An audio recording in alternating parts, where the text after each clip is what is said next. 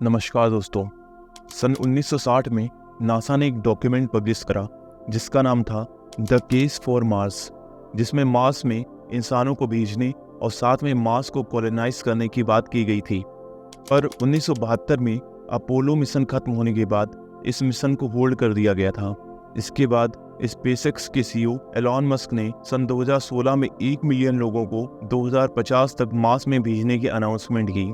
अब सवाल ये उठता है कि आखिर एलॉन मस्क मार्स को कॉलोनाइज क्यों करना चाहते हैं। पहला, for the survival of humanity.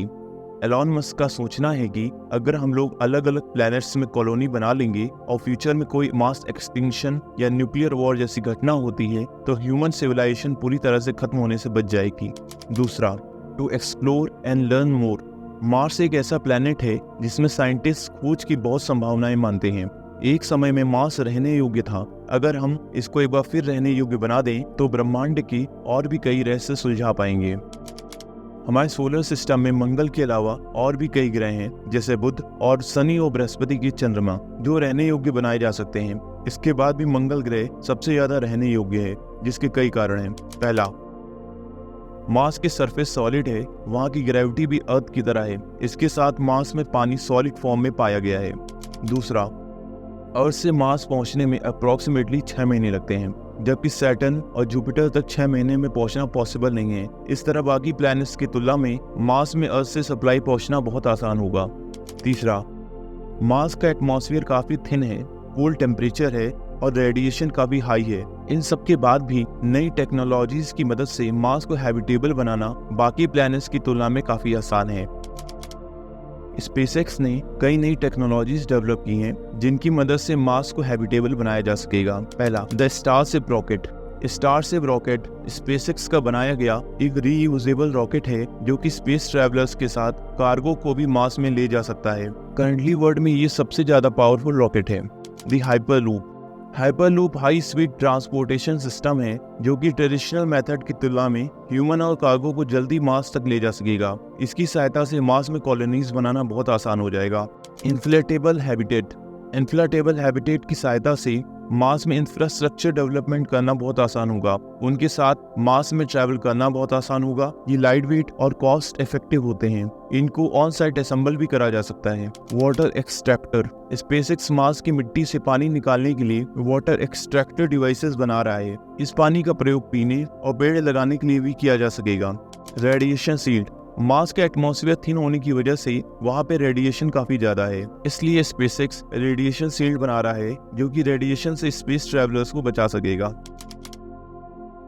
Mars को कॉलोनाइज करने का एलॉन मस्क का मिशन अभी भी अपनी अर्ली स्टेजेस में है। स्पेसएक्स ने अभी तक स्टारशिप रॉकेट का सक्सेसफुल परीक्षण कर लिया है और साथ में मार्स में मौजूद पानी और कार्बन की सहायता से फ्यूल बनाने का भी कार्य शुरू कर दिया है। इसके साथ साथ स्पेसएक्स ने मॉड्यूलर हैबिटेट्स का भी निर्माण कार्य शुरू कर दिया है।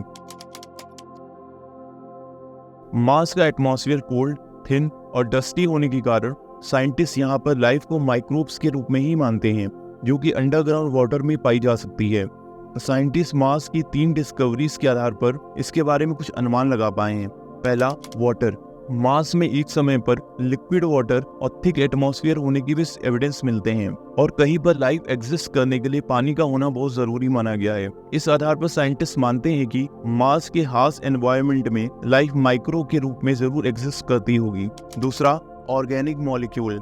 मार्स से अर्थ पर गिरे मेट्रॉइड्स पर की गई रिसर्च से पता चलता है कि मार्स पर ऑर्गेनिक मॉलिक्यूल अवेलेबल हैं जो कि लाइफ फॉर्मेशन के लिए बिल्डिंग ब्लॉक का कार्य करते हैं। इस आधार पर साइंटिस्ट अनुमान लगाते हैं कि कभी मार्स पर लाइफ फॉर्मेशन के लिए अच्छी कंडीशंस नहीं होंगी। तीसरा, मीथेन। मार्स के एटमॉस्फेयर में काफी मात्रा में मीथेन गैस पाई जाती है। साइंटिस्ट मानते हैं कि ये मीथेन गैस मार्स में मौजूद लिविंग ऑर्गेनिज्म के द्वारा उत्पन्न की गई होगी जो कि मार्स के ऐसे हिस्से में पाए जाते हैं जिनको आज भी एक्सप्लोर नहीं किया जा सका है। नासा ने अभी तक मार्स को कॉलोनाइज करने की कोई भी टाइमलाइन नहीं दी है, पर नासा ने 2030 से 2040 के बीच मार्स का कॉलोनाइजेशन पूरा करने की बात कही है। नासा की तुलना में स्पेसएक्स का मिशन ज्यादा एम्बिशियस है। स्पेसएक्स के सीईओ एलॉन मस्क ने 2025 से 2030 तक मार्स में कॉलोनी बनाने की बात कही है। एलॉन मस्क ने ट्वीट्स के जरिए मार्स के कॉलोनाइजेशन से जुड़े कई चैलेंजेस बताए हैं। एलॉन मस्क के अनुसार रेडिएशन शील्ड बनाना मार्स मिशन का सबसे बड़ा एक चैलेंज है, जिसके लिए ऐसे नई मटेरियल्स को ढूंढना होगा जिनसे रेडिएशन शील्ड बनाई जा सके। एलॉन मस्क के अनुसार दूसरा सबसे बड़ा चैलेंज फूड प्रोडक्शन है और लंबे समय तक मार्स में रहने के लिए ऐसी टेक्नोलॉजीज को बनाना पड़ेगा जो मार्स में अन्न उत्पन्न कर सके। तीसरा सबसे बड़ा चैलेंज वाटर है। मार्स में पानी सॉलिड फॉर्म में है, जिसे लिक्विड फॉर्म में एक्सट्रैक्ट करना बहुत मुश्किल होगा। तो दोस्तों, आज की वीडियो में बस इतना ही। स्पेस और टेक्नोलॉजी से जुड़ी वीडियोस को देखने के लिए चैनल को सब्सक्राइब करना ना भूलें।